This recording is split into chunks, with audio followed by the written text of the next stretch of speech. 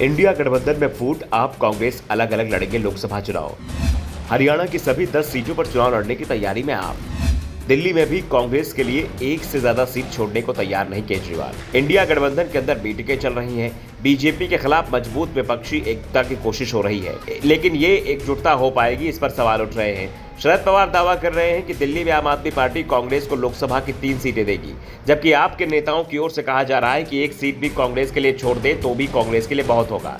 दिल्ली में कांग्रेस बची ही कहां है। ऐसे में बराबरी की बात ही बेमानी लगती है। बराबरी पंजाब में भी नहीं होगी, जहां कांग्रेस के अंदर इस बात को लेकर ही विरोध हो रहा है कि आपके साथ गठबंधन की जरूरत क्या है।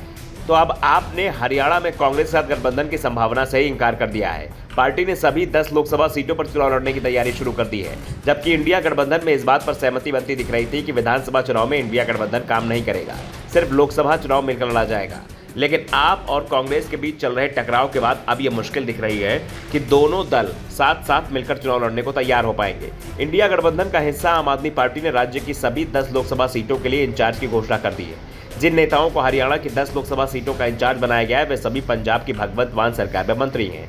इसके साथ ही आपने राज्य में विधानसभा चुनाव के लिए अभी से ही सभी 90 सीटों के लिए इंचार्ज की घोषणा भी कर दी है।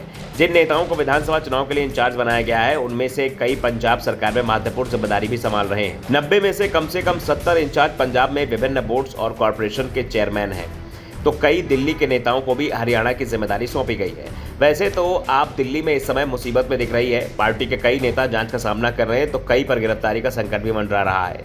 राज्य की 10 लोकसभा सीटों पर पंजाब के जिन मंत्रियों को जिम्मा सौंपा गया है, उसमें हरपाल सिंह चीमा को सोनीपत, बलजिंदर कौर को हिसार, चेतन सिंह को कुरुक्षेत्र, हरभजन सिंह को करनाल, कुलदीप सिंह धारीवाल को रोहतक, अनमोल गगन मान को अंबाला, ब्रह्म शंकर जिम्पा को फरीदाबाद, ललजीत सिंह बुल्लर को भिवानी महेंद्रगढ़, लालचंद को गुरुग्राम और बलकार सिंह को सिरसा का इंचार्ज बनाया गया है। पार्टी के प्रदेश उपाध्यक्ष अनुराग डाडा ने कहा कि पार्टी उन्हीं नेताओं को जिम्मेदारी सौंपी है जिन्होंने पंजाब में अच्छा काम किया। इस कदम से हरियाणा में पार्टी कार्यकर्ताओं को संदेश दिया जाएगा कि जो लोग सामान्य परिवारों में से हैं, उन्हें भी बड़ी जिम्मेदारियां मिलती हैं। दरअसल इस बार आपको हरियाणा में जीत की उम्मीद दिखाई दे रही है। हरियाणा पहले पंजाब का हिस्सा था। यह राज्य पंजाब और दिल्ली के बीच में फंसा हुआ है और इन दोनों ही राज्यों में सरकार आपकी है। ऐसे में आपको उम्मीद है कि उसने जो योजनाएं दिल्ली और पंजाब में लागू की, उसका फायदा यहाँ भी उठाया जा सकता है और उसी के सहारे हरियाणा में अपनी पकड़ मजबूत बनाई जा सकती है।